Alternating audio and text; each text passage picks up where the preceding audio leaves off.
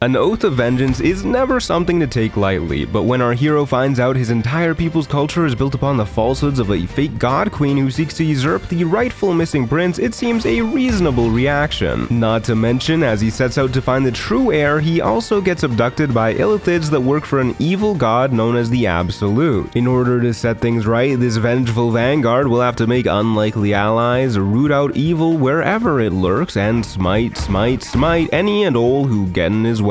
All while trying to unlearn his people's more disgraceful ways. Can he manage all this and save the world? Well, we've got one way to find out. But first, the rules. No other party members, though temporary companions such as summons are a-okay. No respecking, no multiclassing, no illithid powers, no karmic dice, no barrelmancy or chestmancy, no saving in the middle of combat, and we're playing with the honor mode rule set, so we'll be keeping it that way. With all that said, let's move on to character creation. First off is our race, which is of course a Githyanki, giving us astral knowledge and mage hand amongst other neat abilities. Next up is our class, and since we've sworn an oath of vengeance, that naturally makes us a vengeance paladin, granting lay on hands for a bit of healing now and then. Plus our channel oath abilities divine sense and inquisitor's might, each buffing our attacks in different ways for a few turns. Both fueled by the tenets of our oath. If we break even one of these, we'll be branded an oath breaker, losing our power and our way, so keep these in mind. Our champion, having served in Vlaakith's armies, has a soldiering background, and his stats and skill proficiencies end up looking like this, with the main focus on strength so he can wall up hard, and a minor focus on con and charisma to keep him on his feet and boost our paladin abilities respectively. With all that done, we need our stalwart knight to look the part, so we give him a quick makeover and a name to match. Both Vlaakith and Illithid alike should tremble in their boots as Curse the Disgraced begins his journey. That journey begins on a crashing nautiloid right after our wayward hero was implanted with an illithid tadpole, and right now he's got to escape this Gake death trap. As we make our way to the helm of this place, we get jumped by one of Vlaakith's servants, and to make matters worse, a few imps join in on the pile. While she's distracted though, we seize the opportunity to kick her into the abyss before she gets the chance to recognize us. As we do, the power of Cursed Oath flows through his veins, making the imps easy targets to clean up one by one. And before you know it, we're at the control room and see the first of many illithid that need purging. Unfortunately, we're not quite up to snuff to take on one of them just yet, so with the help of pre-dashing that we did before entering the room, we take out what minor evils we can before zipping on over to the tentacles. We tickle them against each other, get blasted by one of Vlaakith's dragons who found us, escape just in time to safer lands, where we somehow safely land on a beach after plummeting to our near doom. But doom is not to be. No, instead our cursed crusader awakes in an unknown world with one thing on his mind: vengeance.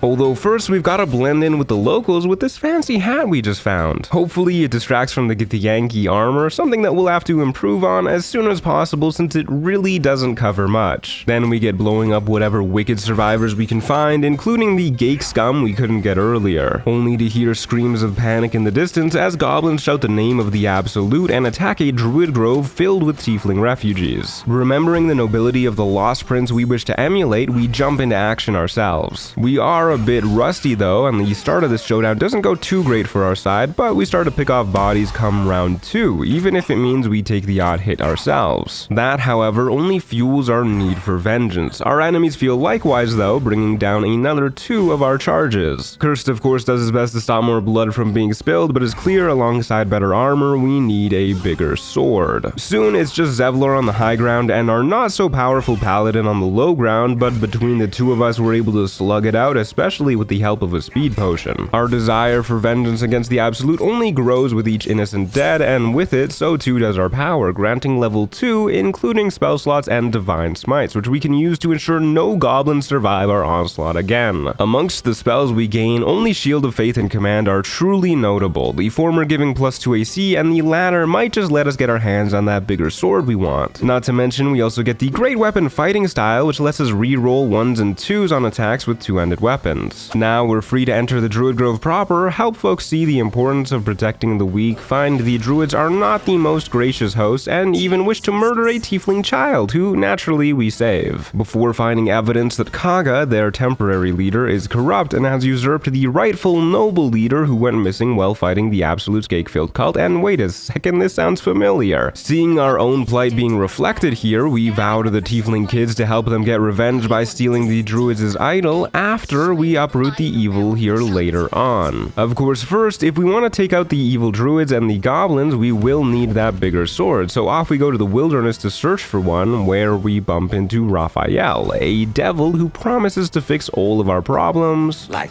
that. if only we sell him our soul, but our soul is devoted to our lost prince already, so we tell him to go away lest we make him. We do, however, find another kindred spirit in the woods by the name of Scratch, whose lost master, unfortunately, unlike ours, is not coming back. But with a bit of effort, we leave him our scent and convince the loyal hound to come join us in our search when he's ready. Just down the road from here, we head into a destroyed village, which as it turns out is occupied by absolutist goblins, who don't take a lot of intimidating to scare off. Once we're in the village proper, we grab us the haste helm in order to gain a bit of a speed boost so we can get to enemies that need whacking the moment a fight starts. And we also find a sleeping bugbear to test our smite against, plus a deep gnome being tortured by yet more goblins, who clearly did not get the message when we told the others to not get in our way. Since they're just as easy to spook out of the way though, we free the poor gnome who's on a quest looking for a friend of his own and is very eager to be off. Freeing him is all it takes to bump us up to level 3, granting us immunity to disease, another first level spell slot, a couple oath spells, and Abjure Enemy alongside Vow of Enmity for more ways to channel our oath. Abjure Enemy is okay for frightening enemies, but Vow of Enmity is the real meat and potatoes, letting us gain advantage on attack rolls against an enemy for 10 turns, and killing someone is way better than frightening them. Continuing our search for the camp north of the village, all of a sudden a dragon flies overhead, and where there are dragons, there are our kin, including Kithrig Voss, who's got a very nice sword. Kirst himself even has some second thoughts about throwing down with them. It would be foolish to provoke battle with them now. Which is why we simply use command drop, which totally works the first time, resulting in Voss disappearing in a puff of smoke, leaving his weapon behind while we use a speed potion to pick it up and skedaddle as far away as Githyankly possible, leaving our kin no doubt confused and cursed with the silver sword of the astral plane. A +3 greatsword that can break people's souls, and because we're Gith deals an extra 1d6 psychic damage, gives advantage on all mental saves, immunity to charms, and resistance to all psychic damage too. AKA that is the big sword we've been looking for. What better weapon to dismantle Lakith with? Seeing that we can't head northwards because our kin are in the way, we decide to head back where we came from and along the way find a burning inn, rescue some relatively local counselor, find the entry to the goblin camp to the west, somehow continue to be amazing at every single intimidation check as we bully our way past the guards, and get a really bad headache as our sword does not protect us from this vision of the Absolute showing off its 3 chosen commanders. Thankfully, an even more powerful and somewhat familiar feeling source of psychic protection appears in the form of this artifact covered in Gith writing. It's being held by a half-elf servant to an evil god that refuses to part with it though, and so a fight breaks out. Well, if you can call it a fight.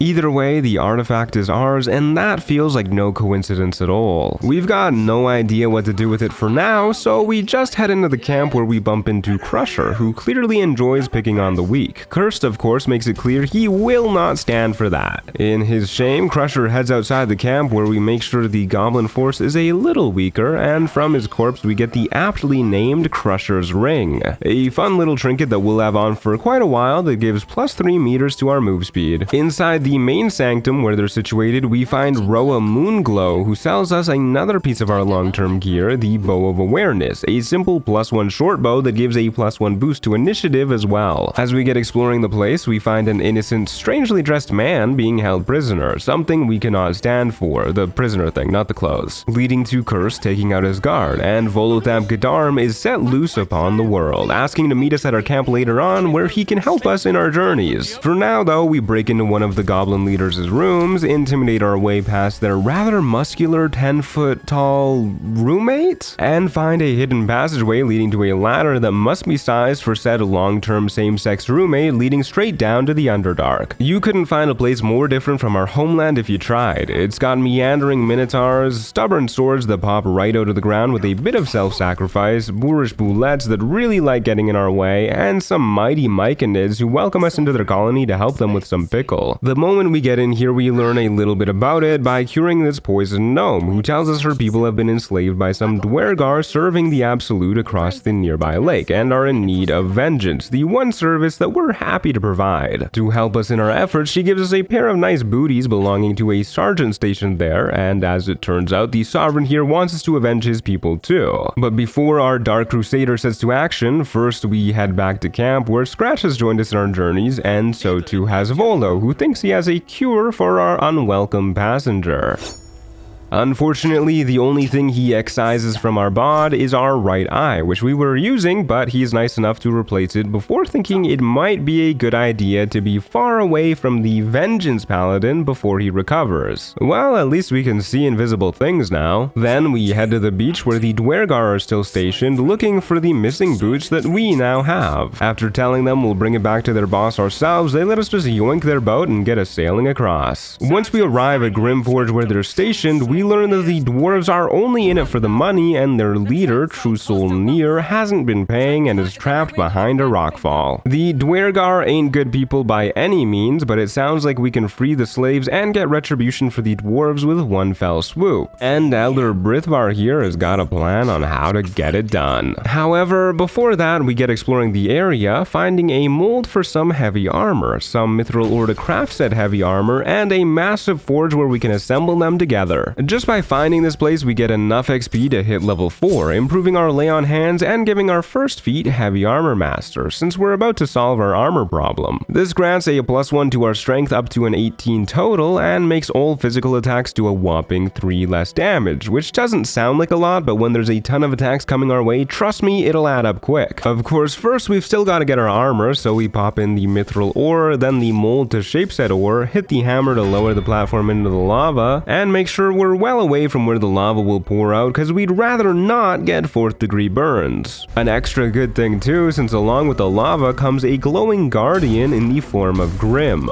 Thankfully, it's not hard to deal with. We can just yeet stuff from on high, including this handy dandy returning pike that we picked up earlier in the goblin camp. The only downside is we have to listen to this voice in our head telling us we're doing it wrong. Try something else. Soon enough, some magma meths decide to get in on the fun too, although they just end up being fodder for the titanium titan to take his rage out on. Then is back to crushing it over and over with the pike, dealing some whopping chunks till it's low enough health that we can finish it off with our bow to make sure we don't lose out on any juicy XP, giving us free reign to head down and alas solve our armor problem with the adamantine splint. This 18 AC armor reduces all damage we take by a further 2, makes us completely immune to crits, and when a melee attack lands against us, the attacker gets sent reeling for 3 turns, making it more likely they miss. With our armor and weapon problem solved, we can wreak some proper havoc, enacting Brithvar's plan by first eating the roaming scrying eye into the abyss, then precasting Shield of Faith and popping open the cave-in at last, letting Nier saunter his way out. Finally. He immediately murders another slave while Curse stares on impassively, but I guess our hero is more about vengeance than prevention anyways. Either way, we signal Brithvar since we should probably at least avenge that one gnome. People pick sides the moment everything kicks off, and everyone is swinging at everyone. There's maces being swung, spells being cast, poison sprays being blasted directly into our champion's face, and Nier's legendary retaliation hits the whole dang room. When it gets to our paladin's turn, we use our cleave to take first blood, heal up from the poison spray, and saunter out of the danger zone to let them focus on each other. As we do, the fight continues to go our way as another baddie gets sent flying into the lava, then ensnared for good measure before melting terribly. And a third just gets bashed and bludgeoned the old-fashioned way. It's back to us pretty fast, and we run up on Sergeant Thrin, who gets smote real quick while wearing her Lost Jays just to add insult to injury. Oh, and we badge this guy too, cause we can. Who unfortunately takes his rage out on one of our pals, who then gets shot in the neck while he's already burning to death. That guy's gonna need some avenging too. So we get to work, shoving the guy who shoved him into a a lava-y death, and the guy who shot him gets a silver sword of the astral plane to his torso, leaving just Nier left, who does have an annoying legendary action that Elder Brithvar would rather die to than play around. However, since it's just him by his lonesome, we're in no danger, but we can't actually harm him due to his legendary action because our allies keep triggering it. Thankfully, they clean him up themselves, and we intimidate the remainders into letting the slaves free lest they have to throw down against Curse the Disgraced. We also find Bark's Root here, again, who got caught looking for his buddy Wulbren Bongle, who got taken to the Absolute's HQ, Moonrise Towers. He's clearly not cut out to be on his own, so we tell him to join us at camp and we'll help him out in the future. Speaking of people to help out, we figure it's about time we solve what's going on with the druids, so to start we head into the swamp following the clue that we got earlier. With an invisibility potion, we follow the clue to where we get hard proof Kaga the druid is working for the shadow druids, who are obviously bad guys from the name alone. Naturally, we go back to confront her, find out the shadow druids were secretly the rats in the room the whole time, and you can't make that one up. Luckily, with a couple of good rolls, we're able to remind Kaga the importance of her oath to protect the good in nature, and a fight kicks off with her on our side, immediately wailing on these revolting rats. Scratch is also here to get in on the fun. The shadow druids do their best, and by their best I mean wild shape into a moonbeam, which instantly undoes their transformation. Then we get smiting them into oblivion and do a little neat bug where we vow enmity ourselves to get advantage on attacks against all enemies instead of just one. Don't worry, I don't make a habit of using this bug, but I wanted to show it off, and this fight is kind of already a wash, especially with Kaga on our side. Once they're all gone and we're sure she's going to face justice, we also throw in a little bit of justice of our own, yoinking the idol they so value, returning it to Maul the tiefling girl, who's kind enough to give us a ring of protection for it. A simple little trinket that gives +1 to both our AC and saving throws, making us even tankier. On our way back to the goblin camp to take out their leaders, we get a bit distracted and find ourselves in the basement of a toll house on the Risen Road instead, where we quickly yoink the gloves of heroism. We won't be wearing these for long, but they are a nice option for a paladin to have, increasing our strength saves by a tad and giving us the benefits of the heroism spell for 10 turns when we use a channel oath ability. With all these upgrades, we are for sure ready to get vengeance on the goblin leaders, starting by talking to Priestess Gut, who's more than happy to see us privately in her chapel, something I'm sure she comes to regret as we soulbreak her with the Soulbreaker and whack her a few times in the back to finish off goblin leader number 1. She was kind enough to isolate herself, but the others won't be so easy. To make sure the alarms don't get sounded and drag everyone nearby to rain down on us, we take out the drums around the camp one by one. Then we precast Shield of Faith as usual and sneak up on leader number 2, Minthara, who's more of a leader of goblins than a goblin leader. Unfortunately, we don't get a surprise round, but we do vow of enmity her to get advantage on future turns. She just heals up using Lay on Hands and buffs up an ally, while a different fellow loads us up with acid, not the fun kind, and the scrying eye starts screaming for help. At least it's right on top of this bridge, so we can break it and make it fall. Oh, never mind then. We'll just keep swinging at the boss lady with a speed pod. She'll keep healing on her turn, and the scream for help will go off, causing only one goblin to actually show up to help. On our next turn, we get a crit hit pommel strike, which we can crit smite off of, bringing the malicious Minthara low enough to get with our remaining 2 attacks, triggering a bloodlust elixir for yet one more action to finish off the scrying eye. Since it's just the goblins left and they don't do a whole lot when they do hit, and they don't really hit that often, it is an absolute slaughter as we show them what cruelly picking on the weak looks like from the other side. This guy even tries to give us a potion to get Curse to stop, though of course he doesn't. To make sure we don't have to deal with any reinforcements as we fight the final leader, we go around the camp and slaughter all the remaining goblins in their isolated groups first. Oh, and save this one guy getting tortured that we missed out on earlier. During our Great Goblin culling, we also encounter a room with an imprisoned bear in it, who decides he wants to get in on the fun too and help us uphold our oath. As we get tag teaming this small horde, we even find out he can drink potions that he's carrying somewhere. Maybe we can get him to take an oath too.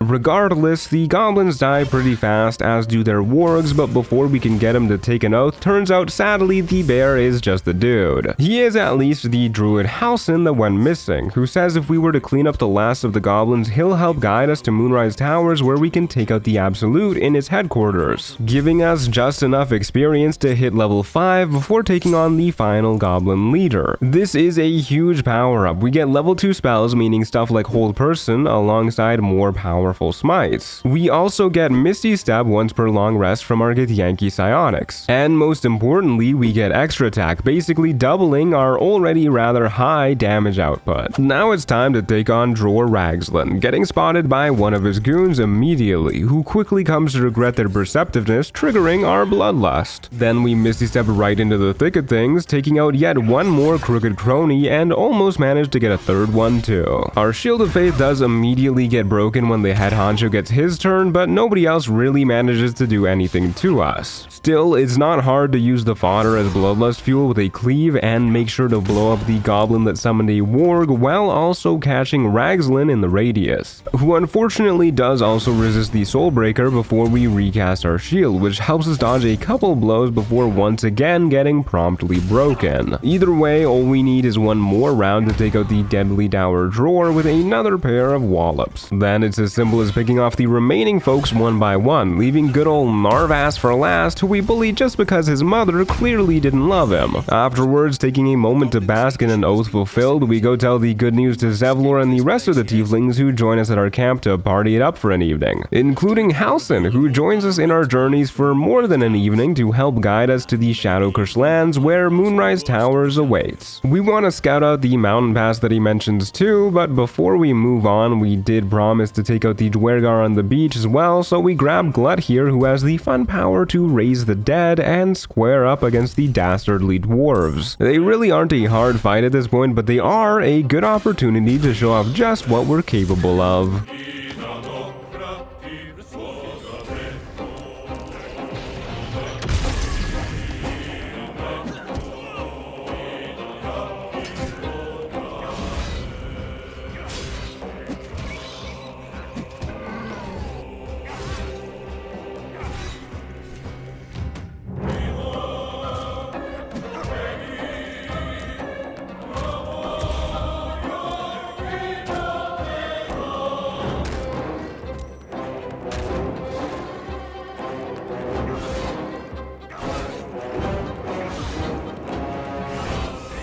Upon getting vengeance for the mushrooms of the colony, we get a sick new title, and they also reward us with bliss spores, which until our next long rest gives a 1d6 bonus to pretty much everything. So as we head into the mountain pass, we're feeling better than ever before, that is, until we run into Lady Esther, who tells us about a nearby Githyanki creche and goes on to ask us to steal one of the unborn children from there. We're not a big fan of how our people's children are raised in Vlaakith society, but them being with their kin is infinitely better than letting some deranged kidnapper have her way with them. From her, we grab the Periaptive Wound Closure, an amulet that maximizes any and all healing we receive, meaning we have to heal less often and always know exactly what we're getting from potions. Along the way to the creche proper, we grab a rather important looking key from a bird's nest and find the front gate is most likely heavily guarded, as our resourceful kin are clearly hunting absolutists for answers themselves, which means we need to get in there and see what they know. Thankfully, the key we found works great on the back door, and as we enter, the voice in our head warns us away from here, all the more reason to enter. The guards stationed here don't recognize Cursed as a traitor and let us know there's a Kithrak here that we might want to talk to. It is nice just to see our people again and be around them, even misguided as they are. Misguided by this false queen whose portrait does not deserve to be so proudly displayed, something we quickly rectify. With that done, we just can't help but check in on how the youth are being trained here. Turns out, as cruelly as always, though one kid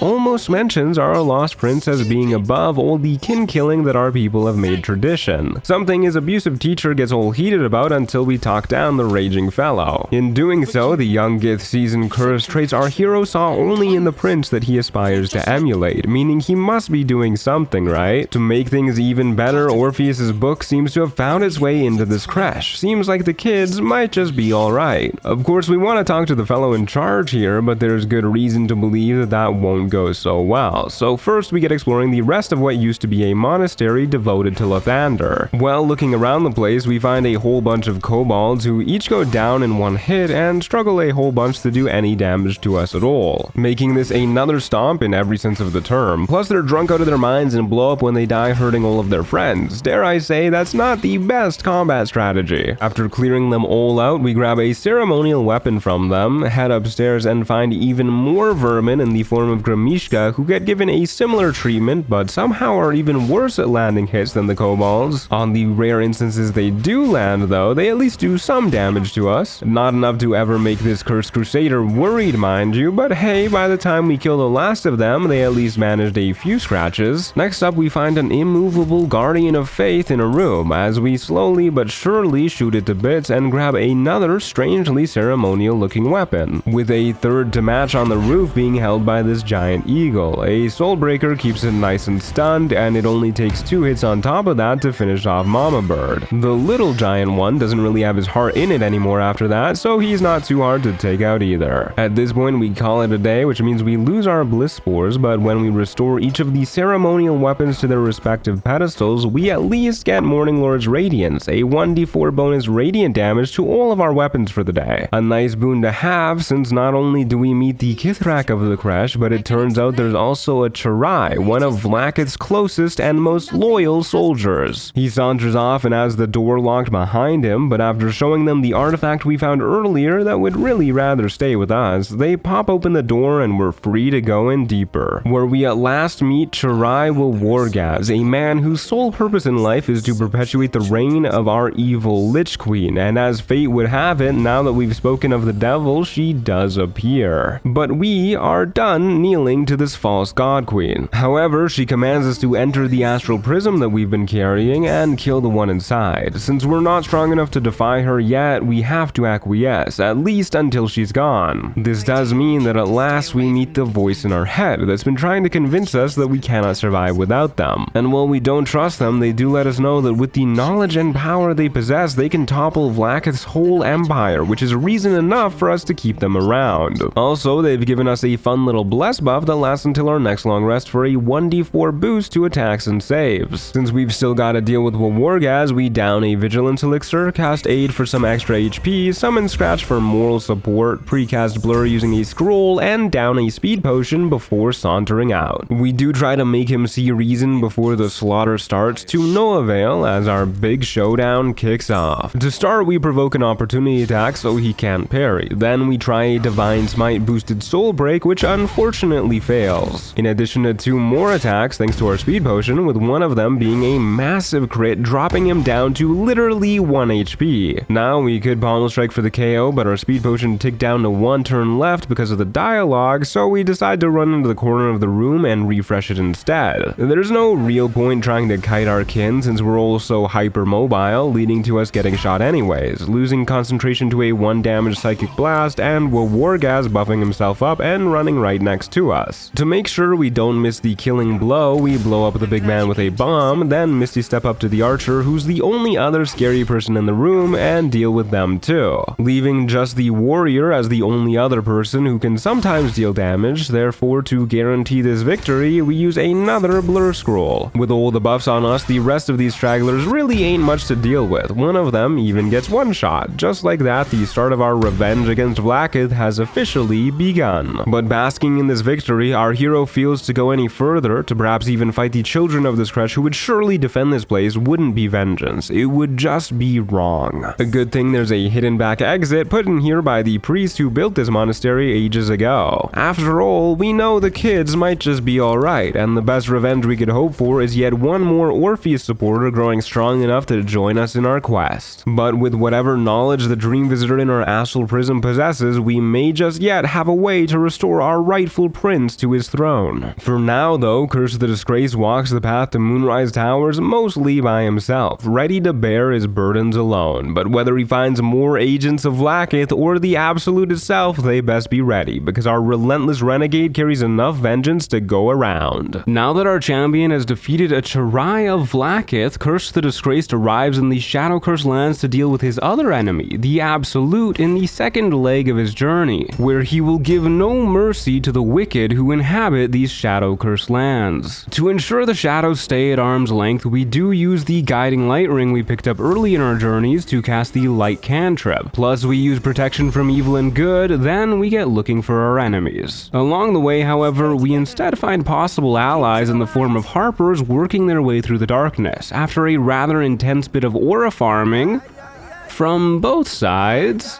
A sentient shadow lurks out of the darkness and takes one of the Harpers right from the midst of our pack, showing us just how powerful the curse is when it returns him as a cursed undead, kicking off the first fight of the act. Immediately, one of the Harpers takes a gnarly hit, but deciding that isn't good enough also provokes an attack of opportunity to flex on the enemies, I guess. The other shadows, meanwhile, spread their damage out a little bit more evenly, hitting every single attack, so that by the time it gets to our turn, our health ain't looking too great. Since it comes with the job title, we get a little revenge on the two shadows that walloped us with divine smites, then heal up most of what we lost. Unfortunately, one of the Umbral Undead tickle us just enough to break our concentration, and they continue to deal some truly nasty hits to these conceivable comrades of ours. At the very least, none of them go down before we're able to take out another pair of shadows and top up our HP, but it's not looking good since there's still 3 foes left. And sure enough, the Harper that decided to flex how many opportunity attacks they can trigger goes down first. Now it's a matter of avenging and not just revenge as we slaughter the rest, something that the Harper leader understands as she puts down her undead buddy. As a sign of trust, now that we've fought alongside each other, she gives us the location of a safe haven where we can plan our assault on Moonrise. But before we get heading there, first we reach level 6, granting us a very nice feature, Aura of Protection, increasing both curse saving throws and all of his nearby allies equal to his charisma mod, meaning a +2 to all of our saves permanently. Afterwards, we follow the road to our destination and find a bubble of safety around the aptly named Last Light Inn. Of course, even despite avenging their fallen, the leader of the Harpers, Jaheira, doesn't greet us too kindly, accusing us of being a true soul of the Absolute. But before things can get too out of hand, Maul from the Druid Grove comes by to vouch for our character, and just like that, we're free to roam the grounds. So we immediately jaunt on over to the titillating Tally, who sells us the Cloak of Protection, our brand new forever cloak that grants a +1 to both our AC and saving throws for even further tankiness. Next on our list of places to swing by is the Dauntless Damon, who after giving a bit of infernal metal we picked up elsewhere, gives us the Flawed Helldust gloves for an extra 1d4 fire damage to all of our weapon attacks. And finally, for our brief shopping spree, we talk to the ever mischievous Mattis, who sells us the Evasive Shoes, granting most notably another +1 to AC for yet another boost to our defense. Now that we've gotten all of our shopping out of the way, Jaheira is waiting to have a drink with us, one laced with a bit of truth serum, which thankfully doesn't ruin the wine, but hey, we were never much of a liar anyways. During our plain-spoken palavering between pals, she mentions General Ketheric Thorm, the leader of the Absolutists at Moonrise, who just so happens to also be immortal. Jaheira's brilliant idea is to send us in to impersonate a true soul to find out what makes him so tough, after lacing us with the aforementioned truth serum.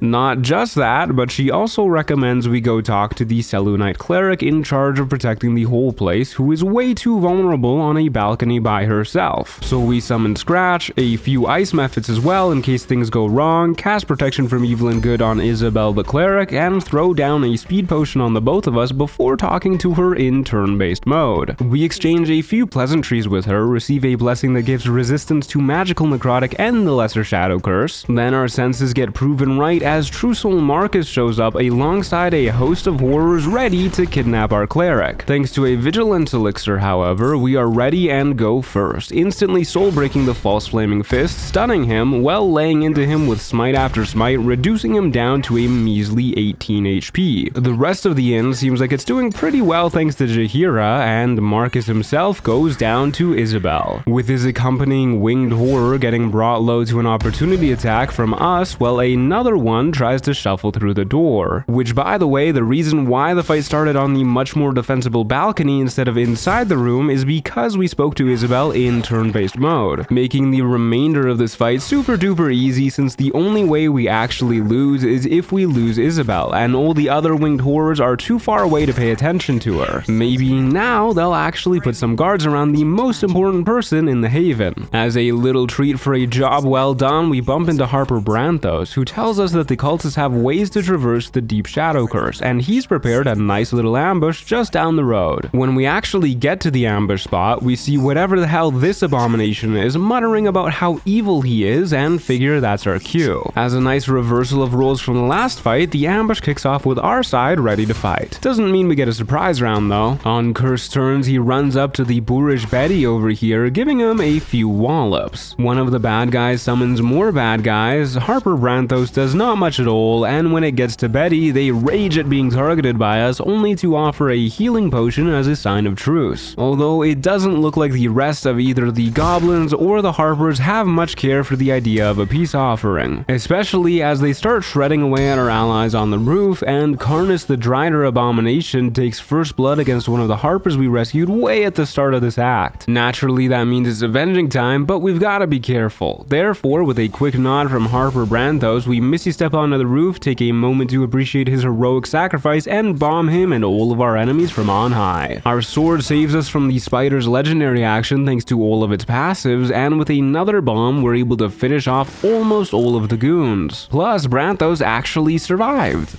Well, for a few moments at least. One of our other allies makes sure his sacrifice does not go in vain, while the not-so-amazing Spider-Man settles for just dashing and sanctuarying himself. Hoping to save our last few allies, we take out the sole remaining goon, buying our buddies some time to patch themselves up, and Karnas just sort of tickles folks this round. Unfortunately, we're far enough away to the point we have to hustle for a turn to catch up, meaning we're left shooting him from afar, giving him another turn to do as he pleases with poor Harper Ellendale, who was insistent on running away from the people who could help him. Because there's no one else to chase now, we let Karnas scramble up to us over the next couple rounds, leaving him ripe for a vow of enmity into not just one, but two absolutely gnarly critical hits. Even with this amazing opening, our allies just love provoking attacks of opportunity, so there's little we can do as he murders another Harper. Regardless, at least one of these ill-fated warriors does manage to survive one more round for us to finish off our arachnoid antagonist,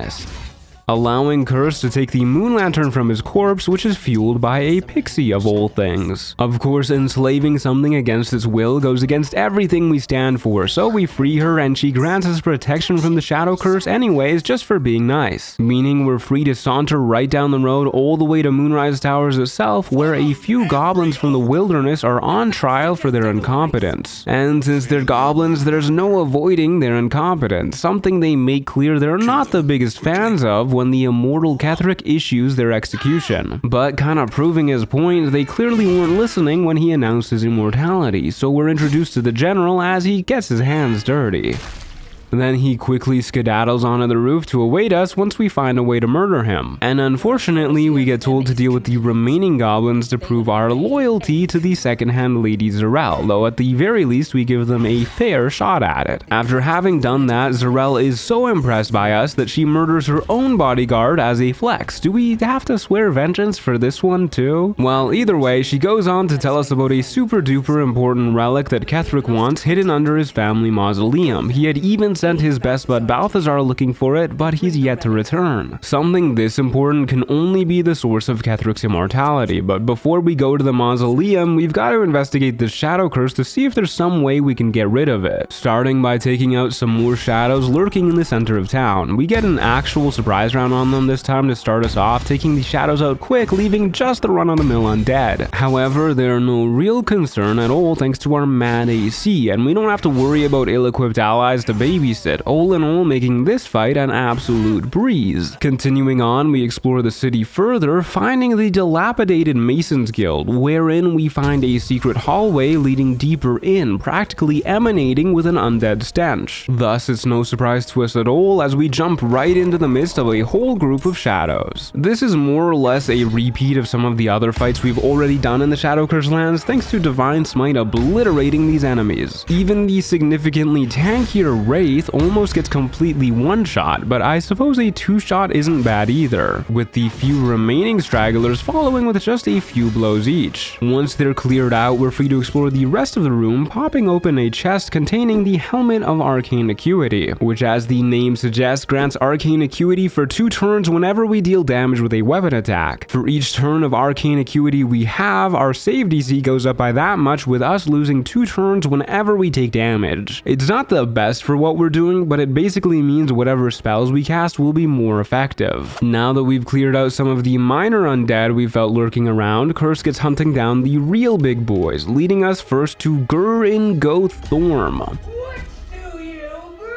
who we unfortunately failed to convince to go willingly to their eternal rest, which means we've got to convince them with the old Zweihander. After Jerry misses us with a couple blows thanks to a protection from evil and good, we start with a speed potion, then one-shot the first Visage, reducing their head honcho's max HP by 100 in the process. And with a couple more blows, we're able to finish off another one as well before using our remaining movement to try and kite them towards the roof. A plan that works wonderfully, as none of them take any offensive action against us at all, instead wasting their turns moving, letting us rinse and repeat this strategy a few more times to pick off each of the skulls until just one and Jerry remain, leaving them vulnerable to getting walloped and wailed on respectively, taking out our very first Thorm, plus as a bonus we get Oliver Gold, who said vengeance never pays. Elsewhere in the village the next day, we find ourselves in the hospital, where we can sense another infestation of the dastardly undead. The lady at the front unfortunately falls a little too hard for our amazing impersonation. Endanger the sick.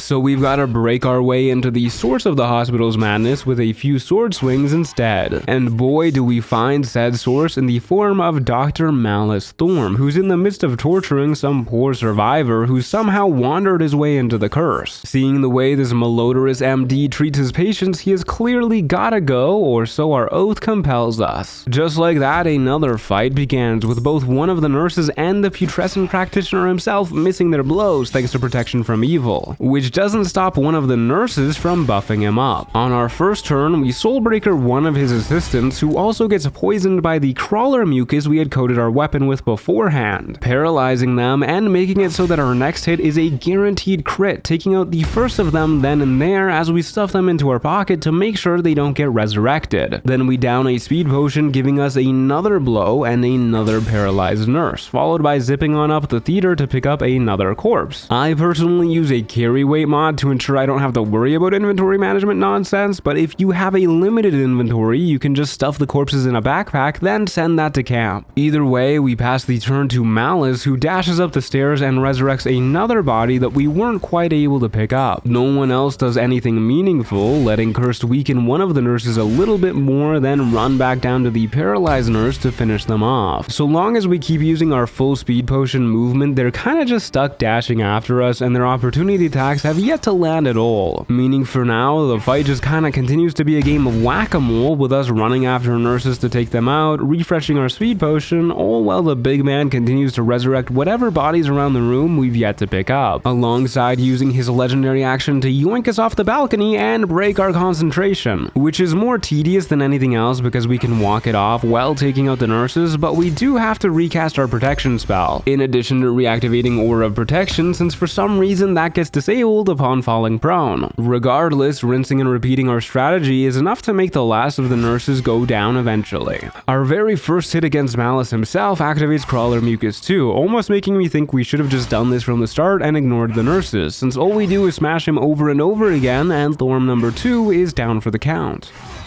Soon after, we track down the third Thorm to the local bar, who asks us to tell him a story. Unfortunately, we're so bad at storytelling that he tries to murder our champion. This fight is pretty straightforward compared to the last couple. We start by focusing on the patrons of the bar while staying far away from the big man, and they can't do much to us at all. Once we take the last of them out, the fight becomes even more straightforward. We simply hit the big guy, he takes next to no damage because he's immune to physical, then he uses a force damaging fart on us, forcing our hero to heal heal up. And on Thizabald's turn, he vomits on us, dealing fire damage that we have resistance to thanks to equipping the Darkfire shortbow. After vomiting a few times, he passes out for a turn and we're free to deal some real damage without his immunities in the way. However, it doesn't stop this fight from taking absolute ages and a whole bunch of healing potions as we sit here hitting each other back and forth, as Orpheus intended for any good bar fight.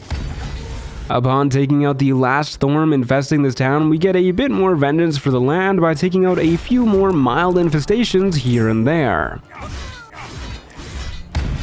giving enough XP to hit level 7, granting with it another second level spell slot for more smitey goodness, and Relentless Avenger, a very fitting name for one of our features, but it kinda blows chunks, simply boosting our move speed by 4.5 meters if we hit someone with an opportunity attack. Not that that happens often. As we regroup and recover from our trying efforts, we kill some time by seeing if we can cure the sick with our musical skills, and shockingly, we can. Well, to be more specific, Art here had a curse on him, causing him to meet a boy named Thaniel, the spirit of the land trapped in the Shadowfell, and only Halsin can rescue him. A rather good thing that we have him just sitting in our camp twiddling his thumbs, and we also have a whole bunch of summons to juice up our forces before he pops open a portal. One that needs some serious defending as the forces of evil realize what's about to happen and send out a veritable army to prevent it. Starting off, our foul foes get a bit distracted by our summons, who in turn get to work doing their own thing, but since the archers have clear line of sight, they're able to just shoot the portal directly. Therefore, when it gets to the good guys' turns, we use a speed potion, fire off a darkness arrow to protect the portal, throw a bomb into the mix, triggering our bloodlust and killing our own Mephit, who explodes into an ice patch, followed by casting a sleet storm scroll to slow down anyone approaching from that side, and finishing with an ice storm to kill a few more. Then more and more baddies keep spawning to try and stop us. All the summons we've conjured up are kind enough to take a whole bunch of hits for us until it gets back to Curse the Disgrace, whereupon we use another ice storm to take out more folks, throw a bomb which melts way more ice than I was expecting, another couple bombs to take out most of the shadows that have been creeping up on us, and pass our turn, which at least has our sleet storm refreeze most of the water. At this point, since there's so few enemies actually near us and all the ones spawning are spawning on the far side of the ice, we are pretty much in the clear so long as we continue to blow up packs of enemies, take out anyone who gets too close, and watch as they slip over and over on the ice we've made. Of course, we do still have to refresh the darkness arrows and speed potions as the fight goes on, and watch as one baddie slips his way up to the portal. But that's something we're able to quickly solve and make sure doesn't happen again, leaving us free to continue to pester any and all approaching from the ice, almost taking them all out, leaving only 2 survivors right when Halsin returns from the Shadowfell. Saving Daniel isn't enough, however, as it turns out this is only half of him. His other half remains here in the Shadowcurse lands and has predictably been corrupted itself. Corrupted even to the point where he refuses to come with us in order to reunite with his gentler half, hopping through a portal to try and get away. Purging curses and corruption is right up our alley though, so we chase after him and find him in the middle of summoning baddies hidden behind an impenetrable barrier. One of his summons can put folks to sleep, but not us since we've downed a Peerless Focus elixir, meaning we're able to drop a wall of fire scroll right across the area he summons all of his reinforcements, killing them before they can even do a single thing. With each shadowy summon that goes down, his force field gets weakened, so all we have to do is take out the tankier fellows that don't get roasted by the wall, which really doesn't take too long for Daddy and Mommy, and not much longer for the Owlbear plush that he summons right after either. Once that fails, so too does his barrier, and we're at last able to chat it out. We're not exactly the best with kids though, and he's still reticent to actually reunite with his former self. After all, he's changed so much compared to how he used to be. But Curse knows better than perhaps any of his people that change can be a good thing. After all, what better vengeance is there than growing to be more than those who would curse you? Hearing these words is enough to convince Oliver to become one with Thaniel for good. After accomplishing that, it's time for a more simple Curse the Disgrace brand of vengeance, killing Ketheric Thorm once and for all, starting by heading to his family mausoleum. The moment we arrive inside, we notice a few buttons that, when pressed in the proper order, open up a secret passageway into a dilapidated Sharon gauntlet. Another puzzle in the gauntlet's entryway has us navigating through invisible walls by approaching from the east and then the south to hit another button opening the place properly. Entering further in, we come upon a cruel covert cloaker cloistered in the corner, but before we get the jump on it, we step on the mushroom of visual impairment, for some reason turning our view into this. Thankfully, shrooms are nothing compared to our stalwart constitution, and we can get wailing right away. The fight itself is also pretty dang easy, taking only a couple turns to get the beastie out of the way. Before we do anything else, we make sure protection from evil and good is on, and Scratch is with us in case we come across something spooky, like a whole bunch of talking skeletons who are controlled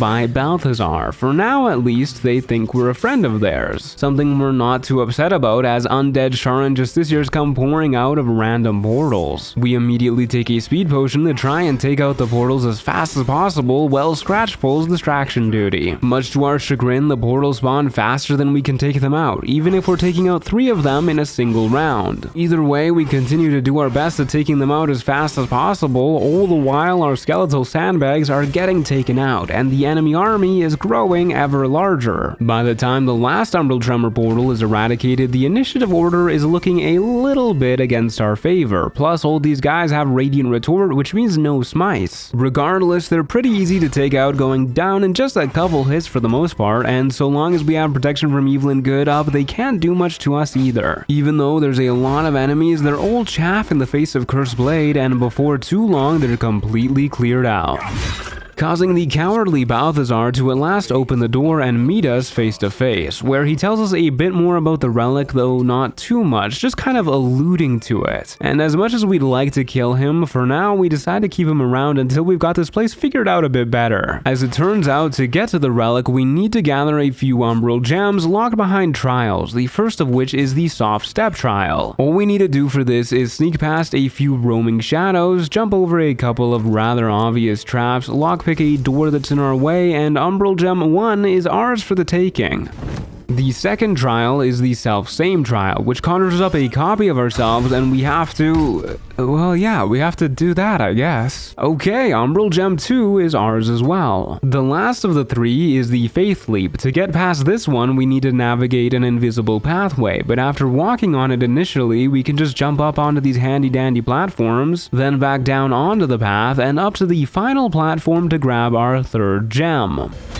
The problem is, to get to the bottom of the gauntlet, we actually need 4 gems, meaning we've got to get looking around, and as we do, we stumble across an infernal Orthon by the name of Urgir. Going in with a speed potion active to try and get a surprise round, we get spotted by the enemies first, but thanks to a vigilance elixir, we manage to kick things off anyways. With assistance from the extra action we've got, between the 3 blows we send his way, we reduce the big guy next to no HP with the power of various smites. He does retaliate on his turn, landing only 1 blow but poisoning us in the process and marking us in order to be able to use his legendary action later on. Protection from evil and good continues to be the MVP of this act, ensuring that all of his little goons here don't do much. Next round, we Misty Step away so we're not completely surrounded, throw a bomb to injure everyone, face tank the legendary action Retaliation, and finish off the big guy with yet another bomb before healing up with our final action. As seen, the rest of the fiendish folks here are easy smiting to a guy like Cursed, and the Displacer Beast doesn't fare much better. Sooner rather than later, the world is that much better for having fewer devils in it, and we're that much better for having the 4th and final Umbral Gem.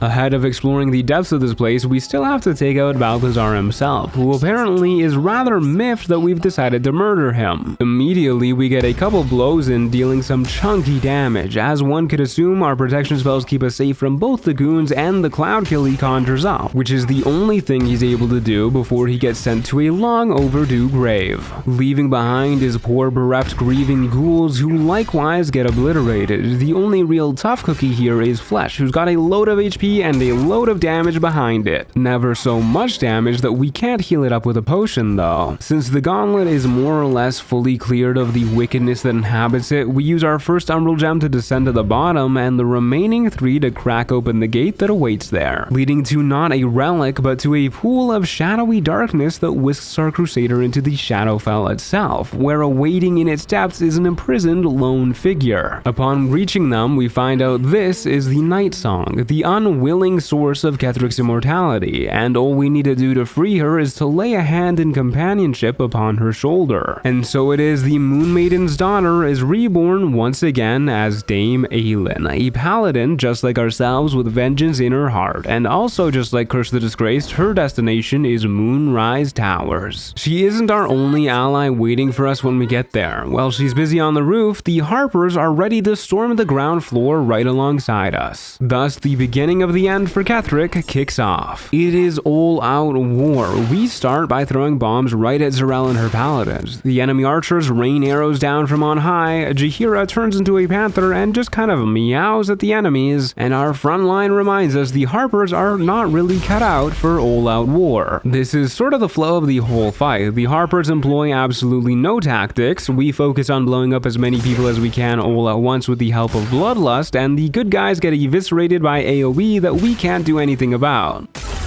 Also, there's this beautiful showcase of skill by the Harper archers. I just don't even know what the plan was here. With another few well-placed bombs, we're able to alleviate some of the pressure from the clearly stressed Harpers taking out Zarel, some of the spellcasters, and even a couple archers in the backline. In the midst of all this, though, the Warden and a few of her cronies have shown up to tip the scales again. Not that it requires the reinforcements to take out Jaheira, that's just a 4 damage arrow.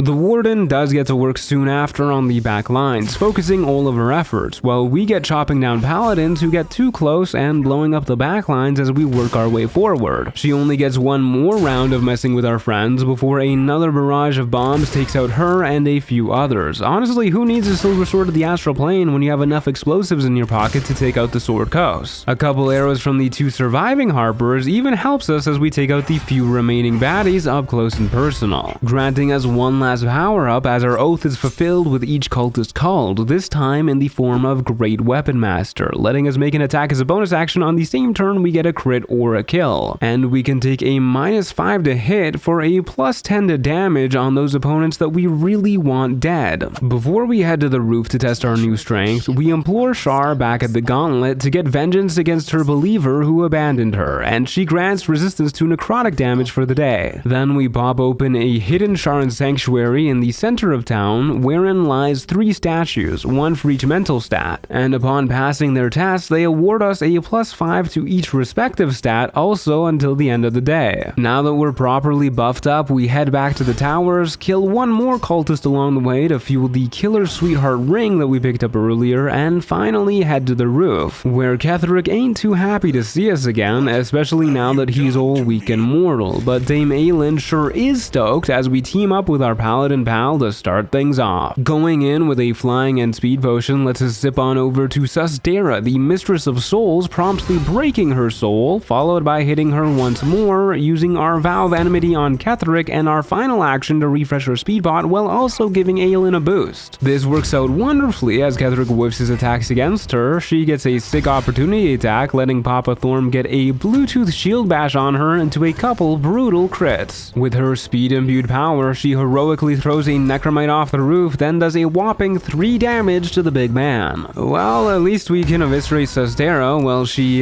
distracts Thorm himself. Since everyone here is undead, our protection from evil and good does a very good job of making sure they don't get to do anything to us, including the big man, who can theoretically hit pretty hard. But Cursed can hit way harder, especially as we finally decide to use Killer Sweetheart in conjunction with Thunderous and Divine Smite, doing what I like to call a Giga Smite, sending the undead Merkle worshipper directly into a cutscene, calling a timeout. Enough. Prior to summoning a big-ass tentacle to smack the hell out of the Night Song right back into the blood puddle she just crawled out of, and teleporting them both away to somewhere deep underground. Okay, maybe shouldn't have actually let him call the timeout. Once the last of the Necromites are cleaned out, we find the big ol' hole that our cowardly foe retreated into, following after him directly into an Illithid colony, where we get ripping and tearing until it is done.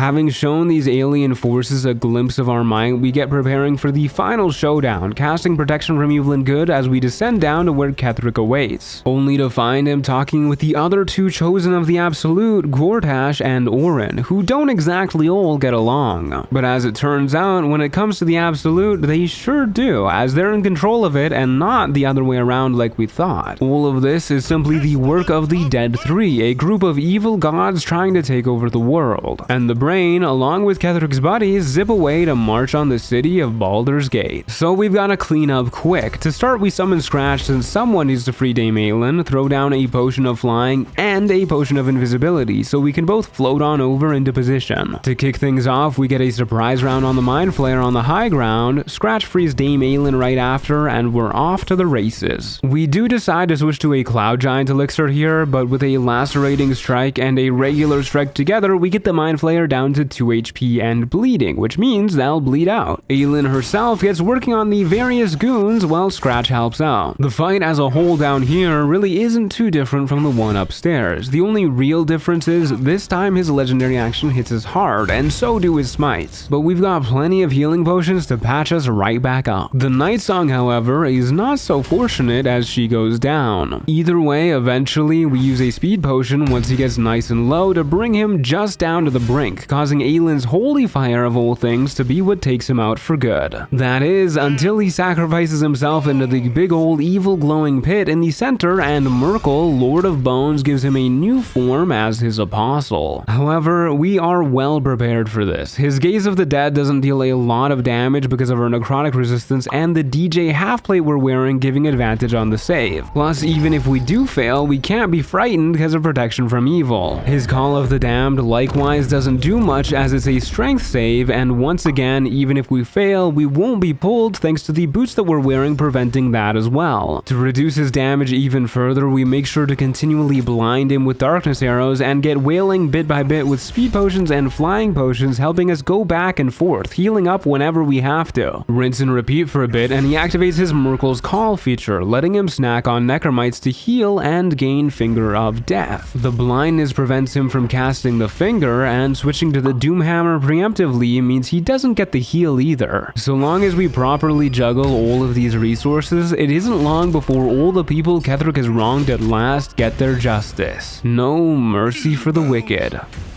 Indeed, vengeance belongs to Dame Aelin as he is struck down. The Netherstone belongs to Cursed as we take it for ourselves, alongside his armor, which is more or less just a +1 boost to our AC compared to our normal gear. Plus, Aelin gets reunited with her girlfriend, and they decide to come traveling with us as we journey to the city properly. Seeing us getting even stronger, Vlak decides to ensure we can get even more vengeance as another Chirai gets in our way right as we're about to leave the Shadowcurse lands. But she's even easier than the last one we fought thanks to a surprise round and Crawler Mucus giving us crit after crit before she can even really do a thing, and her cronies sure don't last long either. Even the land itself gets vengeance over the curse that would keep it down, blossoming now that all the wickedness has been removed from it, and as the light touches this place at last, so too will we ensure Orpheus' light reaches our people. The big city, all our answers, and our final goals await just beyond the horizon.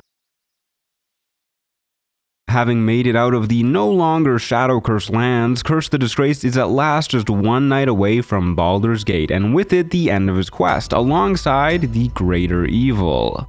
But there is no such thing as a peaceful rest for us, especially not since we've killed another of Vlakith's Chirais, so we're not too surprised when our Dream Visitor calls for aid and a bunch of our kin come flying out of a portal. We are a bit more surprised when we realize those aren't Vlakith's warriors but someone else's. So with hope in our heart, we do our best to run past them without harm and jump into the portal into the Astral Prism, arriving just in time to see the last of our Dream Visitor's defenses punched to oblivion, and if they die, so do we. Begrudgingly, we swallow what little pride we have that remains to us and sneak up on two of our folk in the way, shoving one into the abyss to hopefully be picked up while the other one we strike down. When we finally get to the bulk of the fighting, we see what exactly they're fighting over. Our long-lost prince imprisoned by infernal machinations, and suddenly it all makes sense. This artifact was built by Vlakith to keep him in chains so she could use his power, but somehow it wound up in the hands of our Dream Visitor, who now protects us with this very same same poached power. Our dream visitor, who is a mind flayer, one of the enemies, tricking us this whole time in an attempt to rebel against the Elder Brain. Still, we just can't betray our people, and so a free-for-all kicks off. Problem is, we immediately realize these people do not have what it takes to find a way to free our prince. They can barely kill intellect devourers. It is with a heavy heart that we realize what needs to be done. For our prince to be free, we must live alongside this mind flayer. The Gith themselves really aren't much of a problem for us to fight. They barely do any damage to us, and we hit pretty dang hard whenever we get the chance. The only time they hit hard, they still don't hit hard enough that we can't just wash it away with a potion. Plus, they're busy splitting their attention with the mind flayer that calls himself the Emperor. With a cleave, we take out the first of our kindred people and weaken a couple others pretty drastically. But realizing there's a significantly weaker target to go for, they do their best to ignore us. Luckily, our unwanted charge flees while we run into the thick of it, and our unwanted enemies are back to doing nothing at all. As another falls to our blade, the Emperor, in all his dastardly deviousness, fires off a chain lightning, killing a third and almost getting us too. However, he can only do this once, and we've saved a healing potion for just the occasion. Afterwards, since it's a 1v2 for our poor opponent, they do not last long either, and so it is that Curse the Disgraced feels like he's finally earned his title. Orpheus himself is sealed once again by the cruel mind flayer whose help we still unfortunately need. Regardless, this ordeal only fuels our need for vengeance even more, granting us level 9, increasing our proficiency bonus up to +4, and granting 3rd level spell slots for even juicier smites and smite spells like Blinding Smite, which we can stack with regular smites for even stronger Giga Smites, alongside possibly blinding folks as the name suggests. Continuing on, we head to bed with some new worries and woes on our mind, and it is with a heavy heart that we head into town the next day, bumping into Ferg Draugr, a vendor on the outskirts of town who sells us the Hellrider longbow, which is pretty much just a direct upgrade to our current bow, including the initiative bonus it gives, as this is a nice handy +3 to ensure we go early. And soon after, we find ourselves in the Circus of the Last Days. Rather odd of these sword coasters to celebrate the apocalypse, but who are we to judge their culture? At least they're not ruled by an evil fake god queen. They do, however, have rather good statue makers in the form of Stony and Bony Creations, who for the small price of 5,000 gold pieces let us order a statue of Orpheus to honor our camp. Unfortunately, they must have gotten confused, since when it arrives later that evening, it's clearly a statue of Cursed, but either way, we get Sweetstone features, a permanent buff that acts exactly like Bless does, helping most of our combat rolls. Next day, we find out the circus, and the city by extension, has a bit of a doppelganger problem. Not that it's a problem for Cursed.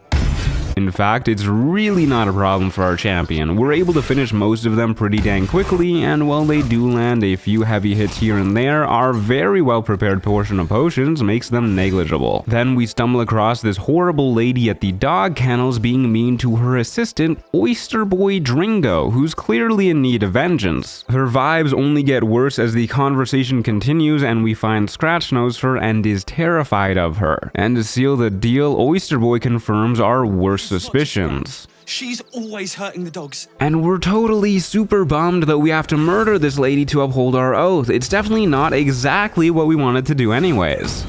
Further down the road, we head into the Open Hand Temple to find yet more people in need of vengeance. This time, though, it is the wrongly accused dead, as a priest here has been murdered and this incompetent celestial blames it on an innocent refugee. Naturally, Cursed will not stand for this, and so our detective work begins. Proving the refugee's innocence is an easy matter. We use a Speak with Dead scroll and simply ask the murdered man who killed him. Turns out it was a dwarf dressed in red in a hidden passageway meant to protect the refugees he was taking in. Sure enough, we're able to find the hidden passageway easy enough, and wouldn't you know it, even more victims with even more doppelgangers hanging out right on top of them. There's only 3 of them though, so needless to say, they go down quickly, to put it lightly. Not only do we find a key to a room at the nearby flop house off of one of these shape-shifting ne'er-do-wells, but we also literally just find the murder weapon hanging out here too, and at this point we gotta wonder if the cop deserves a bit of murdering as well. Either way, we continue our investigation at the flop house, where the key we grabbed reveals a secret room, and laying on the table in this room is a ballast murder list with plenty more victims, both previous and upcoming, still on it. Also, there's a dead guy under the bed. Hello there.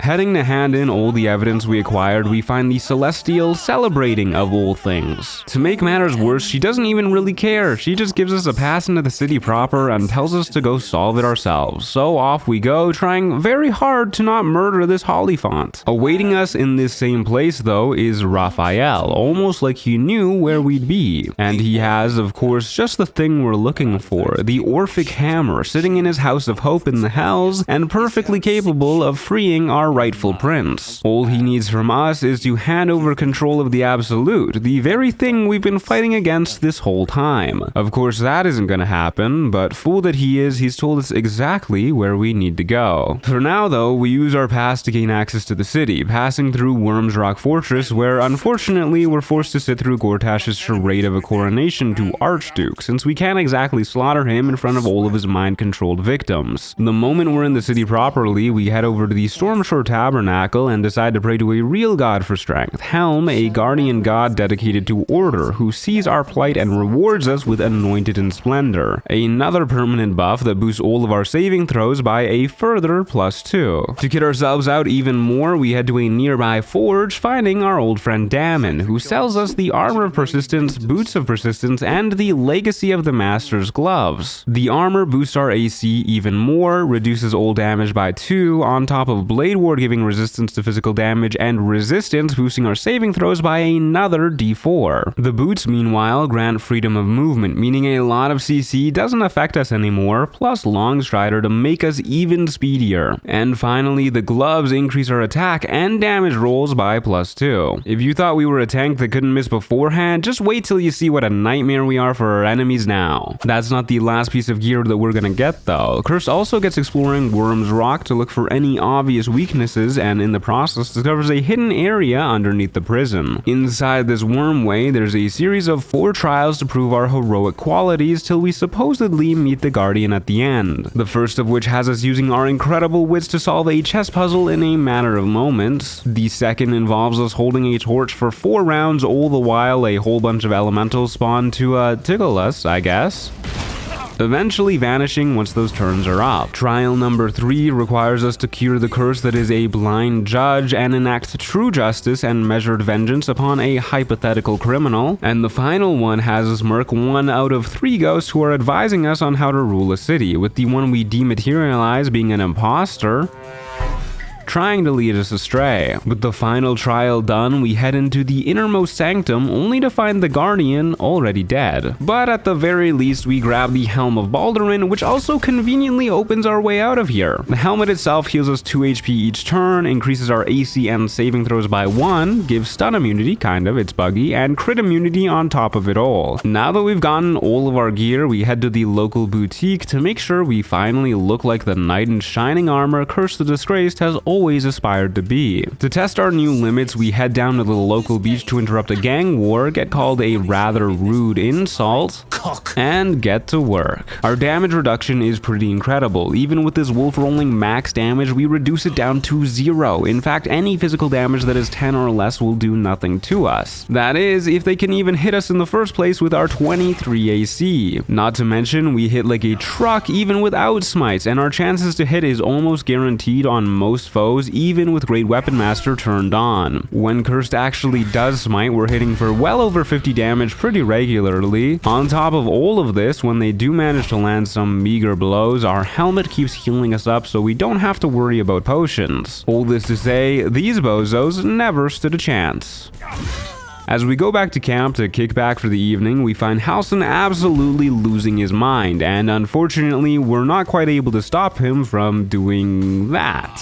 Although we don't actually have to worry too much, since it turns out it's Orin and she simply kidnapped Halsin instead of stabbing him. Okay, we might have to worry a little. The only way to free him safely is to murder the old Gortmeister himself, then meet Orin at her temple to duel her for the Netherstones. Winner takes all. We were kind of planning on doing all of that anyways, so all that means is we for for sure have to take out Gortash first. Before we do that, as we're walking through the city, we get into another quick tussle with a few thugs, emphasis on the quick part. From this, we get our 10th level, granting an improvement to our lay on hands, which maybe we'll use one day, and Aura of Courage, a minor little aura that prevents us and nearby allies from getting frightened. By slaughtering these half-wit highwaymen, we do get access to their secret hideout, and by extension their barkeep, who's more than happy to sell us some Terrazol, which is basically a 2-turn speed potion that doesn't take a bonus action to consume, and it stacks with speed potions too. Now we're free to get started on disassembling Gortash's Steel Watchers. However, just outside the foundry where they're being made, we find our old friend Volotham Gadarm being lynched by the world's most obvious evil cultists. Naturally, he needs some vengeancing. But first, he needs some freeing, which is easy enough to do by shooting his chair, then we're free to get a swing in. These guys can't hit us if their lives depended on it, and they do. To make things more dire for them, even when they do hit, they don't do anything. So this is another fight where our victory is more of an inevitability. Our esteemed eye-removing pal takes the chance to swing by our camp yet again, resulting in us gaining the Slayer Knowledge permanent buff as he tells us everything he knows about Orin, granting advantage on all saves against her when we eventually do square off. Afterwards, we're free to finally sneak into the foundry using an invis potion where we find things are going worse than we thought. The poor innocent Gondians making the Steel Watch have been enslaved, and both them and their families held elsewhere are being threatened with explosive collars. Sneaking further in, we meet an isolated Gondian Xander Tubin who explains what we've already gathered, but also says if we were to free their families, he would ensure his people rise up and help claim their own vengeance. With our oath fueling our search, it doesn't take long to find an abandoned warehouse filled with guard wargs who are very quickly taken out, only to find a hidden basement exactly as we'd expected, wherein lays a submarine alongside its captain who can take us to the Iron Throne, the secret underwater prison that the Gondians are being kept in. Unfortunately, as we approach, Gortash catches wind of what we're up to and gets detonating the whole place, so we don't have a lot of time to free everyone in here. To prepare, we summon Scratch while throwing on all of our speed increasing gear, plop down a flying potion, and use the haste spell on ourselves before jumping into action. First thing we do is use our boots of speed and down some Terrazol, giving us some rather nice movement speed. Since we're so incredibly fast, we're able to just zip around freeing everyone, using one action to help a lady out of her binds and another to free Omeluum, a friendly mind flayer from Act 1. And our third action gets used doubling our movement speed one more time, ensuring we have enough movement to free literally everybody on our very first turn. Unfortunately, there's some Sahuagin guards here that must have amazing life insurance since they'd rather die in the ensuing explosion than let some of these prisoners escape. However, we are able to get most of the Gondians onto the submarine in just a few rounds, plus the Grand Duke of the city himself, losing only 2 in the process, but I promise you they will be avenged. Starting by us fighting our way into the Steelwatch Foundry. The Steelwatchers themselves do take a lot of hits to kill, but they can't actually do anything meaningful to us because they do physical damage, so it isn't long before they...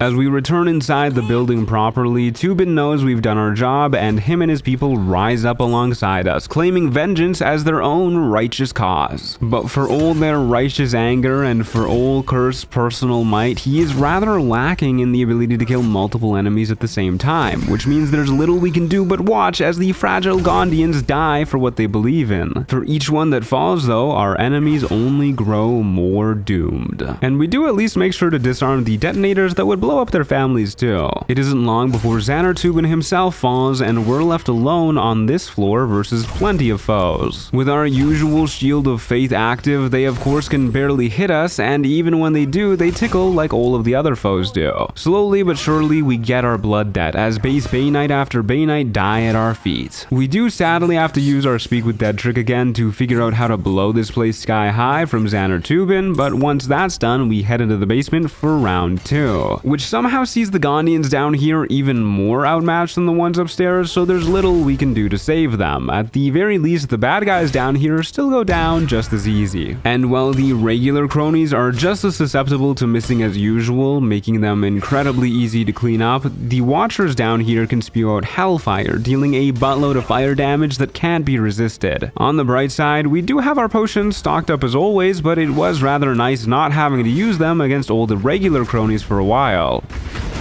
Awaiting us in the final room are 3 more Hellfire Watchers and the Hellfire Steel Watcher Titan. The Titan itself is weirdly useless. It just kind of tries to dash around, but it's too big to actually fit around its buddies, and its more agile buddies themselves insist on largely doing their regular attacks, which don't do much to Cursed. Meanwhile, we are roided up on both the Need to Avenge the Innocent and, more effectively, a Cloud Giant Strength Elixir, meaning we're hitting harder than ever. The only way they're able to do any real damage to us is when multiple of them use Hellfire on the same turn, but 2 of them doing it isn't enough, and the 3rd one is already blowing up. So as long as we take the time to properly heal up, we are a-okay as we get slaughtering the rest. Before too long, it's just Cursed and the big guy, and while it is tanky as all hell, that just means we're able to take out more of our wrath upon it, while it flails about doing little more than gentle caresses. Till, just like all of its steel siblings before it, it too decides self-detonating is easier than fighting our steel-clad Avenger. Then we're free to input the code the late Xander Tubin gave to us and hopefully grant him some sort of peace as we watch his revenge come to fruition. Of course, there's still one more thing we've got to do before his soul can truly rest in peace: raid Worm's Rock Fortress and put an end to Gortash once and for all.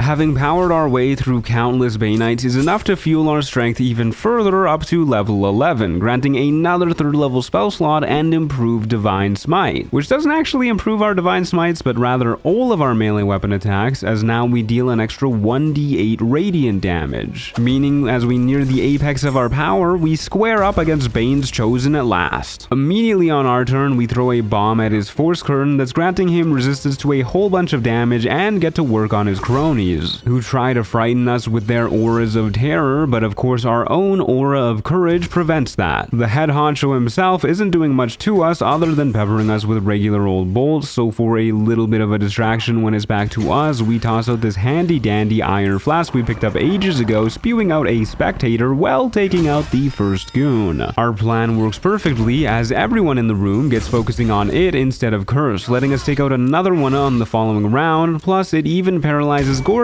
for a turn. To make things even better, one of his constructs malfunctions, giving him vulnerability to most damage, so with a single hit we're able to deal 225 damage, instantly causing his god to intervene to unparalyze and transform him. Divine Intervention ain't got anything on the Soulbreaker though. At this point, the remaining guards he had assembled finish off our spectator, which bought us just enough time to get another free round of attacks, bringing Gordy down to 79 HP, and all the aforementioned guards can do is miss us, followed by blowing up to one of their own traps, letting us finish off the Twisted Tyrant with just a couple more blows before he can do a darn thing, and the sole remaining thug right afterwards. As we loot his corpse, we grab the second of 3 netherstones that we need to control the brain at last. One more to go, but before we do that, we figure it's about time we get our inner turmoil under control first, heading to a place we've heard of called the House of Grief. As far as therapy sessions go, it starts off a little awkward. Do not look upon me. But we approach it openly and do our best to answer the questions as honestly as possible, revealing in the end that we supposedly have a violent heart. Unfortunately, before we can get any answers from her on how to deal with these emotions, she invites us into the basement. Once we arrive down here though, she just ambushes us with a whole army of Sharns when we refuse to give her the artifact. Suddenly, the whole House of Grief thing makes more sense. A Vigilance Elixir lets us go first, but we quickly swap to a Bloodlust Elixir and drop the first of many AoE spells to come in the form of Cloud Kill before backing up as far as we can. Viconia herself is up next, castigating our heart form, giving a whole host of debuffs until we heal an enemy. Thankfully, most of the baddies are left dashing after us, though some are able to make darkness clouds to blind, leaving us open to getting bone chilled by others. But hey, at least we're able to finally get some use out of our lay on hands, and with a speed potion, we're also able to drop a fat cone of cold on a bunch of them while continuing the kiting. This is generally the flow of the whole fight. The enemies desperately chase after us, dealing the odd hit here and there that also prevents healing. We do as much area damage as we possibly can using a combination of bombs and scrolls of all sorts. And when we're far enough away that even the spellcasters have to spend their whole turns reaching us, we're free to fix up our HP, so we're not in any real danger. Rinse and repeat for a few rounds to whittle them down to just a fraction of their former size as a group, and we feel pretty comfortable throwing down a haste word grenade to safely end the speed potion effect with without having to worry about skipping a turn due to lethargy. It's at this point things get a little spooky as a couple melee folks get all up in our grill and deal a frightening amount of necrotic damage. However, they don't land quite enough hits to kill, so we prioritize putting them under before they get another chance. Now with only 4 enemies left and them being mostly weak, it doesn't take much longer to take out these Sharan charlatans, so no more innocents get bad therapy. Our reward for a good deed performed well is found in the Mirror of Loss in the back of the room, which after passing a check real quick, we're able to temporarily sacrifice some memories in order to get a +2 to our strength, finally bumping it up to 20. After killing Gortash, Orin left a little note at our camp telling us we need to get approval from some group of people called the Murder Tribunal before we gain access to her temple. Rather than letting them yap though, we're certainly not letting Bala's scum dictate anyone's fate, much less our own, so we square up against Saravok Anchev, a legendary ball spawn from ages past. Sadly for him, we've swapped out our gear with the Killer's Sweetheart, so we get a guaranteed crit, and the Surgeon's Subjugation Amulet lets us paralyze him with that very same crit. With the help of a speed potion that we took beforehand and Terrazul, we get 3 actions, which means this is a very dead legendary ball spawn who should have stayed in ages past if he didn't want his victims to get their vengeance. Especially since we've also got a Cloud Giant elixir active, meaning even his cronies get sent to their eternal judgment. Curse grabs the amulet he needs off of Saravok's corpse, and speaking of judgment and vengeance, we find Valyria imprisoned in the next room, making freeing her maybe the hardest thing Curse the Disgraced has ever done. Soon after, we find ourselves in Baal's temple where Orin awaits us at last, alongside our captured companion. Needless to say, she isn't that pleased that we killed Saravok before she could, however our stalwart champion convinces her to spare Halsin as our showdown kicks off. Thanks to a blur scroll that we precasted, she spends her first turn whiffing, setting a rather good precedent. On our turn, we hit her, triggering her legendary action, because if we don't, Baal's Edict triggers instead, instantly killing us unless we're able to murder somebody, followed by zipping on over to this spellcaster and yeeting them into the non-OSHA approved abyss. The big problem with this fight is Orin has 12 unstoppable stacks that she gets back every turn thanks to these sanctuaried ritual casters in the arena with us. It doesn't help there's another crony that we've yet to get that's trying to stun us too. Orin herself does continue to swing at us, but as you can see, she isn't really a concern because she only does physical damage. Meaning for the first part of this fight, we whack her once around while whittling down her buddy, who only occasionally tries to stun us in return before dying a terrible death. Now we settle in for the long haul, hitting her for a bit of damage through her unstoppable stacks, watching them get refreshed, then brushing off her attempts at dealing damage in return. Every now and then, for whatever reason, our hits deal full damage through her unstoppable, but it still takes quite a few turns to knock down the final of the dead threes chosen, and her ritual chanters don't last more than a bit afterwards either. Just like that, all the innocents they've wronged have finally gained some form of peace, and we've gained the last Netherstone. Also, Halsin's fine and is going to go back to our camp to laze about, I guess. As much as we'd like to head to Raphael's House of Hope directly now, there's one thing that we've got to do beforehand, as we've heard a few of our kin are hanging out underneath the Elfsong Tavern. Cursed is here to make sure they're not around for when we free Orpheus, as we square off against another of Vlaakith's Chirai. Immediately, we jump into action, thanks to a flying potion and precasted haste, letting us zip on over to each of the gate masters calling for reinforcements and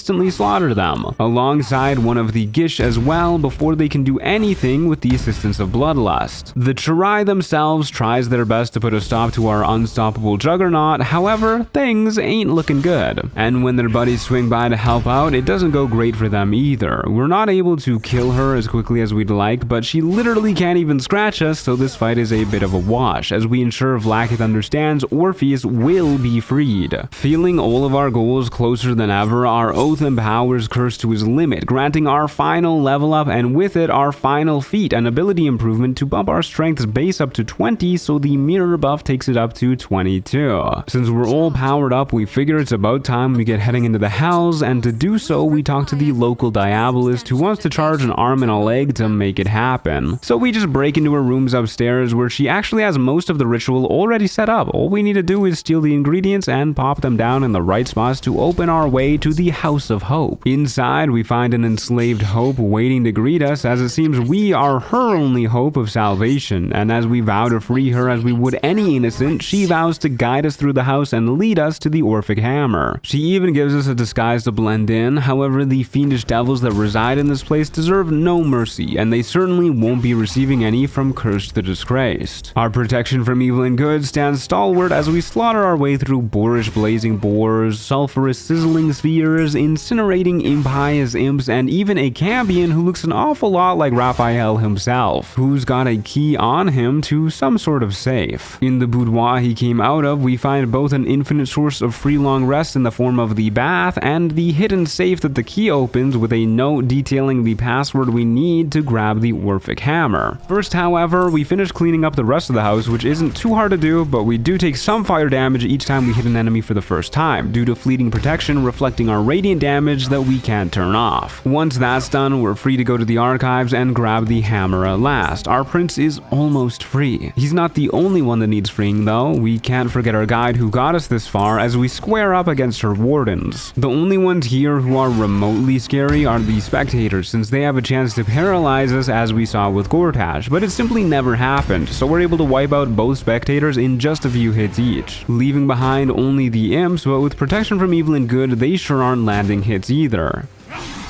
With no one else in the house, we free Hope herself and get prepping as we feel Raphael coming home, putting Crawler Mucus on our sword and going in with flying, speed, and vigilance potions active alongside our usual protection spell. Sure enough, right as we're about to leave, the master of the house arrives, towing along this random dwarf who even Curse looks confused by, and our old opponent Yrgir, kicking off a long-awaited showdown where we can get some vengeance for all the suffering our new friend Hope has gone through. Speaking of, she immediately banishes Yrgir on her turn to God knows where and downs an invis potion to stay out of harm's way. On Curse's turn, since Yrgir poisoned and broke our concentration before Hope got him, we simply zip around and use our radiant damage to temporarily depower the Pillars of Souls, which are juicing up Rafi, plus we cast Shield of Faith. The regular Joe Schmoes struggle quite a bit to land any blows on us, so we don't have to worry too much about them. It's only Raphael that we need to look out for. Next round, we take out the first of the Soul Pillars properly and make sure to top up our HP alongside refreshing the speed potion, since Raphael, especially after transforming, can hit awfully dang hard with his Hellfire. But he wasn't able to one-shot us with 3 pillars up, and now he's only got 2, and we're able to heal up to full while getting started on the next pillar. To make things even better, Rafi spends his next turn simply de-transforming. I don't really understand why, but I won't look a gift devil in the mouth, especially when because of it, the last pillar is about to fall too. The big man won't let it go easy though, casting 2 spells after transforming this time, once again almost taking us out, but not quite. Failing to kill him means Curse can take out the last pillar easy peasy, dip down to where Hope is so she can divine intervention to fully heal him before going back invisible, and like that he's got a clean bill of health to start whacking Raphael himself, instantly stunning him with a Soul Breaker, giving us the next few rounds to all but freely wallop away, bringing him down to almost half health. When he unstuns, he does go all out one more time, but we've already established even when he does, he barely can't quite kill us, so long as we're staying on top of our HP. It only gets worse for him once he runs out of the souls he uses as fuel for his spells and has to resort to melee, since we've recasted protection from evil and good at this point. Indeed, just a couple more rounds and one of the greatest evils we faced is down for the count. If his underlings had any sense at all, they would have ran with their tails between their legs, but we won't complain about the ability to rid the world of a bit more evil while we're at it. Not all victories are so happy though, as our new friend decides to stay behind in the House of Hope, deciding her best revenge would be able to turn this place into a proper home, but as we leave, she gives us a bit of her namesake. And I hope you have a happy ending of your own. So off we go, ready as we'll ever be, and with everything we need as we head into the sewers to find our opponent has only grown stronger as it awaited us in these vile depths. Powerful enough to pull us directly into its psyche, the seat of its power, but also where it's most vulnerable. Even inside its own mind though, the Netherstones aren't strong enough to get a hold of it, and right as it's about to blast us to smithereens, the Emperor whisks us away to inside the Astral Prism, where he immediately dips to go join the Netherbrain the moment we make make it clear that there's nothing he can do to stop us from freeing Orpheus. Not that that'll go well for the tentacle traitor. Finally, our quest has reached an end. As Orpheus is freed, we feel salvation, hope, triumph, and sorrow as our own prince sees how far we've fallen in order to succeed in this mission. But he just can't see that his honor guard was definitely not gonna be able to free him. If they couldn't even beat us, they certainly wouldn't have been able to defeat Raphael. Either way, we need to focus up to defeat the Netherbrain, especially since one of us needs to become an Illithid to properly control the Netherstones. Sadly, our noble prince volunteers since our tadpole just isn't developed enough. And so, our people's hopes and dreams made flesh sacrifices himself like the hero he is. We arrive outside just in time to see a world on fire as the Netherbrain's grand design at last begins. So it's time to get to work. We meet up with some allies who stand next to us in these trying times, massacre a horrible horde of the Absolute's enthralled soldiers with Orpheus's new mighty powers, and finally climb to the top of the brain to put an end to this horror story at last, where both the crown of Karsus we need to control and the Emperor await us. Starting off, Orpheus uses a Dimension Door scroll to teleport us to where we need to be. Curse uses a Misty Step scroll to bait out counterspells from everyone nearby, followed by a Globe of Invulnerability so our prince can channel the Netherstones in peace, under the further cover of a Darkness Arrow, meaning all the enemies can do is watch since they can neither target nor damage our heroes. As Karsus's compulsion is completed, another portal is opened into the brain's psyche once and for all, and we throw down another Invulnerability Globe to buy some time for Orpheus to load us up with fierce perilous stakes, each stack of which grants 15 extra psychic damage on each hit, meaning with 6 stacks and the Artistry of War scroll we picked up earlier in our journeys, the brain is defeated, and the Illithid's grand design that has threatened our people for so long is finally stopped. All we need to do is command the brain and all of its hosts to do one more thing: die. Vengeance is ours. However, vengeance is cold and ashy in the mouth of Curse the Disgraced. Orpheus still sees hope for our people, but nothing can undo his transformation, and he thinks it would be better for us to kill him. How could we refuse a direct order from the prince whose wisdom has been our guiding light all this time? It turns out rather easily. Our prince is not the all-knowing wise man we assumed he was, because it is clear he deserves to live and see his people prosper, even if it means from the shadows. And if it means he will blame and hate Cursed, our hero can take it. He will always fight for his people regardless. After all, he's been disgraced once before, and if needs be, he will gladly be disgraced once again. Thanks for watching, folks. This run was a fun one. I really wanted to lean a little bit more into the story of Cursed the Twice Disgraced than some of my other characters, but the build itself ended up being super cool too. And as always, a special thanks to our Storyteller tier members, Okan, Mark Rainbow, That Be Renee, El Guardia, Ramon Standalone, Zaplight25, Witch Amy, Schmentine Echo, Miku, Achilles the Spartan, Audi Kashi, and Arion YT.